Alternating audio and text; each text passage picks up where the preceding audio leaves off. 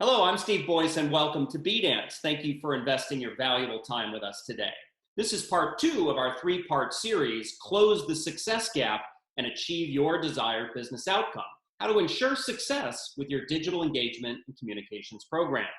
Today's segment is titled, The Challenges That Technology Providers Have with the Success Gap. And once again, I'm joined by Adam Mankoff, co-founder and principal with B-Dance. Adam, welcome. Hey, Steve, great to be here. And just want to thank the folks who choose to spend their time with us today. Absolutely. Now, Adam, before we get to today's segment on the challenges that technology providers have with the success gap, I thought it might make sense to do a quick review of some of the key points from part one of this series. So I'm going to hit some of the highlights that we spent some time chatting about. In part one, we talked about what we refer to here at B-Dance as the success gap, which is something that many companies struggle with when they deploy digital engagement and communications technologies. And that could cover a variety of different types of technologies, certainly broadcasting and webcasting platforms, team collaboration software, video-centric meeting tools, training and learning solutions, and other similar kinds of technologies. And as we noted, and as you helped our audience understand, the success gap is the difference between the functional requirements that a technology provides, right? What the technology can do, and the desired business outcome that the company wants to achieve by actually deploying that technology. And that could cover a broad range of desired business outcomes, right? Increased employee engagement and productivity, could be lowering customer churn and attrition, or even enhancing channel partner activation and revenue generation. So that was kind of a bit of a summary of our part one. No, that's a great summary, Steve. And the gap that refers to what we call the appropriate conditions for success, or the elements beyond the technology functionality that are critical to achieving the desired business outcome. Indeed. And, quickly in review, and folks, if you haven't watched part one of the series, we encourage you to go back and take a look at this. Adam goes into a lot more detail on these conditions, but Adam, you outlined three what you called strategic conditions for success, and they include securing senior executive buy-in, ensuring alignment with company business objectives and critical initiatives, and of course, developing the ability to measure business impact and value creation. Steve, those are critical to the outcome that you're trying to achieve for these businesses. Actually, they're probably absolutely necessary for the success. Indeed, indeed. And as if that weren't enough, three strategic conditions, you also went into some more detail about four operational conditions for success, which are certainly equally important. Ensuring effective onboarding of the technology across the enterprise. Number two, driving early adoption and consistent usage of that technology. Number three, fostering high perceived value, high strategic value across the organization. And finally, number four, delivering strong user support for that technology as well. That's right. And again, we really believe all strategic and operational components are necessary so that you can create those appropriate conditions for success with any given technology. Fantastic. So with that quick recap, folks, let's go ahead and move on to today's focus, which is to explore the challenges that technology providers, these software developing companies, have with the success gap. So Adam, some of your thoughts about this. You spent a good chunk of your career actually developing technology, working in various roles with technology software companies. Give us some of your opening perspectives. Steve, in my experience, the digital engagement and communication technology companies have done a phenomenal job, quite frankly, in developing the software for the functional delivery of a client's online communications, but have not really achieved their desire to help clients effectively adopt the technologies to achieve their strategic business outcomes and results. In essence, the technology companies cannot close that success gap. Interesting. Now, certainly, I would think that these technology companies would want their customers to be successful. So why is it that the technology providers struggle in helping them to close that success gap? Yeah, that's right. I mean, they certainly do want their customers to be successful because customers that find success and value their technology are far more likely to renew. Hmm. And certainly, the renewal is what these technology companies are looking for with software licenses. That not only do they want to sell, but they are looking for these clients to even buy more products from them. Hmm. So that's definitely in the technology company's best interest. I've observed three key challenges, though, that are facing technology companies in this regard. Okay, great. Well, let's get into it. How about your first challenge that you've seen? Yeah, I think, look, the first challenge is really all about their business model and core competencies. Hmm. So, from a core competency standpoint, the developing of great software technology, that's the technology company's core competency, right? Yep. Their central focus is really only on making certain, though, that that technology software works and will perform as advertised.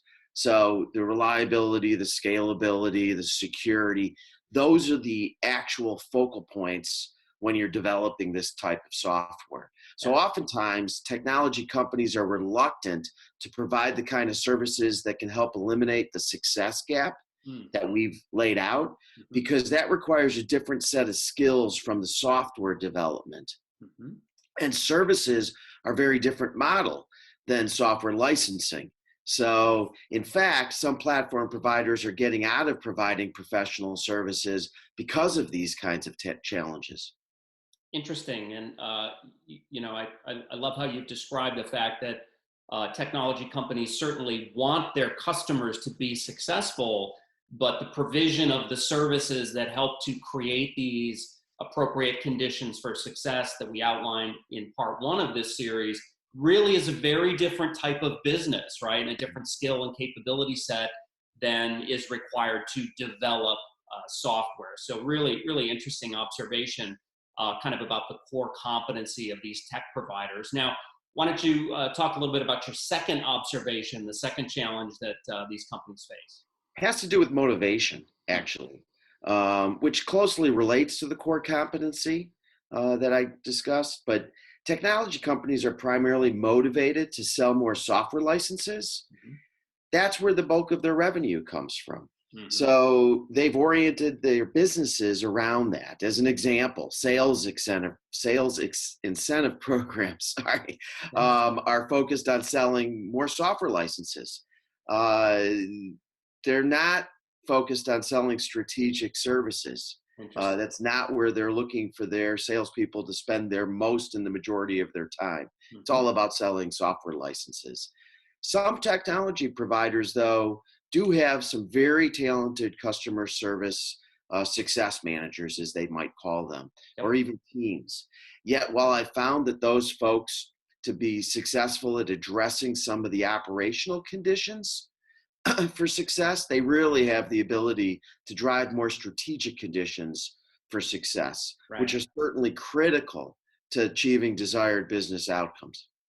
Absolutely. Well, and I think I think many of the folks in our audience have probably dealt with some of these customer success teams, right? It's certainly kind of the in vogue approach for SaaS and software providers to provide some of those services, but they do tend to focus more on, again, what we've outlined in the last episode as the operational conditions for success, and they tend not to rise to that strategic level, which, as we discussed at length in the last segment, are really critical and necessary, as you highlighted, to drive success. In many ways, those customer success teams are often the redheaded stepchildren, right, within a software organization. They don't quite fit within that overall software model. How about your third observation? Let's go ahead and get to the last one. Well, it's interesting when you look at these success teams, and in this observation, my third observation is the strategic alignment, Hmm. uh, which, in my opinion, I think most technology companies, by nature of the fact that there's inherent bias to their own software, Hmm. Sure. you know, I don't fault them for that. They believe in their solutions. They should believe in their solutions, and they want to sell more of their products. So it makes sense. Hmm. But because of that inherent bias, the problem for the customer is it can interfere with the technology company's ability to provide sound strategic operational support.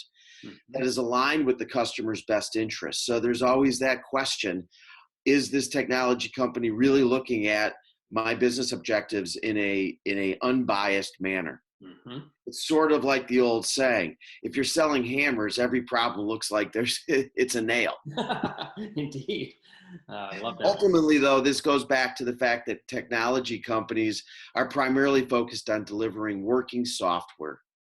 So, as opposed to helping the customer achieve desired business outcome, that's the challenge that they run into. Thus, the success gap exists. Absolutely. Great summary, Adam. I really love the way you've outlined these three challenges that technology providers face in helping their customers to achieve their desired business outcome. This notion of their focus, their core competencies, and in fact, their whole business model is oriented around software development, delivering, as you said, great feature-rich functionality through their technologies. The notion of motivation, right? How they incent particularly sales teams and other employees within their organization to sell software licenses to focus on that as opposed to other types of strategic or wraparound services. And then ultimately this alignment challenge, right? And this inherent vendor bias that you've noted. And again, it's not a sort of a cynical thing. It's not something that they're not focused on helping the customer to achieve success. It's simply that they believe in their products and services, and they're going to be focused there primarily as opposed to providing more unbiased advice and support to the customer. That's exactly correct. That's exactly correct. And that's what I found in my personal experience as a software developing company. So that's what I did for many years.